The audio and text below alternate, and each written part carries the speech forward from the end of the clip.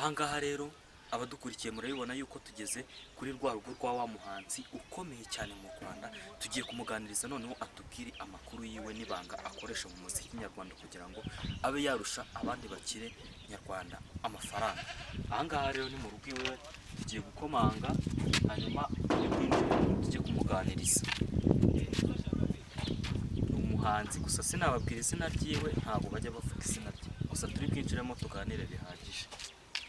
Ndabona baduhaye ikaze, reka twinjire. Noneho murabibona yuko baduhaye ikaze hano mu rugo. Nizere yuko abakurikiye radiyo Ibihuha mukomeje kudukurikirana.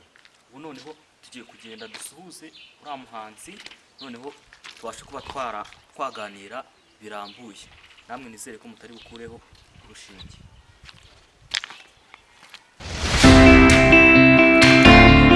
Murabibona yuko tugeze kwa wa muhanzi neza, tugiye kumusuhuza atubwira amakuru yiwe n'ukuntu ibihangano bye biba bihagaze.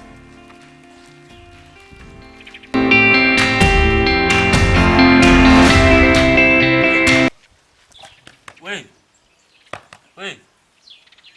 bimeze gute? Twagusuye uyu munsi tugutunguye ariko wihangane.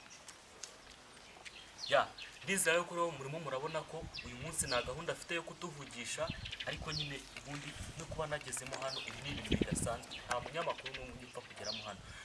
Uko mumubona rero n'umuhanzi bamwita ngo bakwitane, yewe ngo bamwita Didi. Nubwo mwe ururimi ari kuvuga mutari kukumva, ariko ngo bamwita Didi ibisanzwe. Aratubwiye rero ngo tuzagaruke undi munsi, azaduhe umwanya wo kuganira. Uyu munsi ari mu karuhuko, aba yaraye yandika imirongo mukarinda bumukeraho.